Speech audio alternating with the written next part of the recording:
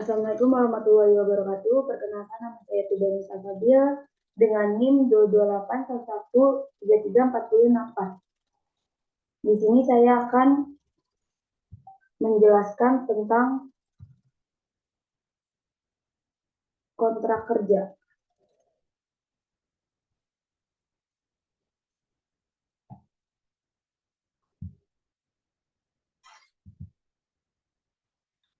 Pendahuluan dari kontrak kerja yaitu kontrak kerja yang menjadi dasar terjadi hubungan kerja tentunya harus memenuhi syarat sah perjanjian, yaitu adanya subjek atau orang yang melakukan perjanjian, objek atau sesuatu yang diperjanjikan dengan kesepakatan antara kedua belah pihak. Dan di sini ada perjanjian kerja ataupun kontrak kerja yang sering diistilahkan sebagai perjanjian untuk melakukan pekerjaan secara umum. Di sini ada perumusan masalah. Yang pertama ada apa yang dimaksud dengan kontrak kerja. Kedua, apa ketentuan hukum kontrak kerja. Ketiga, memahami keadaan dan fakta integritas. Yang keempat, apa saja yang menjadi unsur dalam satu kontrak kerja. Yang kelima, bagaimana kewajiban tiap-tiap dalam kontrak kerja. Yang pertama, pengertian kontrak kerja.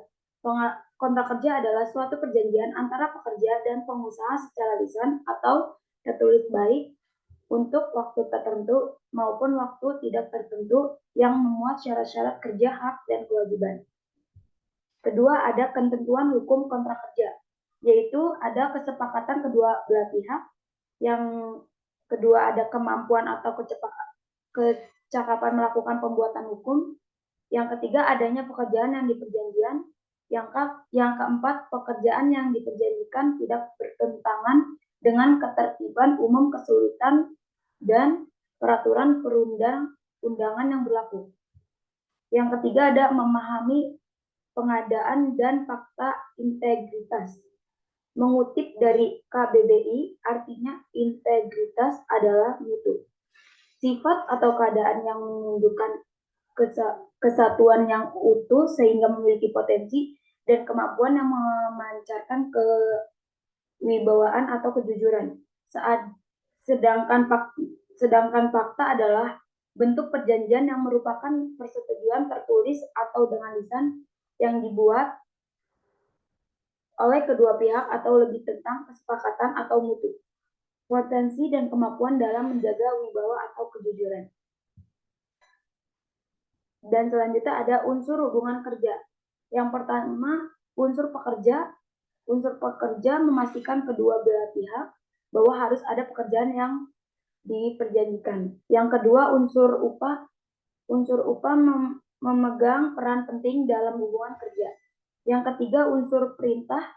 Unsur perintah memberikan kepastian ke pemberian kerja bahwa pekerja harus taat pada perintah pemberi kerja. Perintah tersebut bisa dengan target kerja, instruksi, dan lain-lain dengan menyebutkan faktor waktu sebagai salah satu unsur hubungan kerja. Dan selanjutnya ada kewajiban pihak-pihak dalam kontrak kerja. Yang pertama, memfasilitasi hal-hal yang dibutuhkan dalam rangka pelaksanaan pekerjaan. Yang kedua, membayar nilai pekerja dengan sebesar yang diatur dalam perjanjian. Yang ketiga, ada pengembalikan jaminan uang muka dan jaminan pelaksanaan sesuai ketentuan dalam perjanjian ini. Yang terakhir ada menerbitkan pemberita acara sesuai dengan ketentuan yang tepat pada waktunya.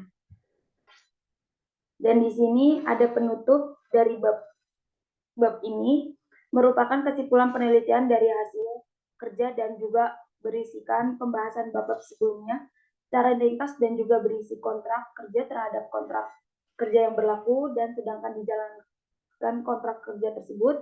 Dalam penyusunan makalah ini kurang lebihnya bisa dipelajari lebih lanjut dan akan dibahas dalam presentasi yang akan dilakukan bersama. Demikian dari kami yang menyusun makalah ini. Kami mengucapkan terima kasih, bila ada kekurangannya mohon dimaklumi.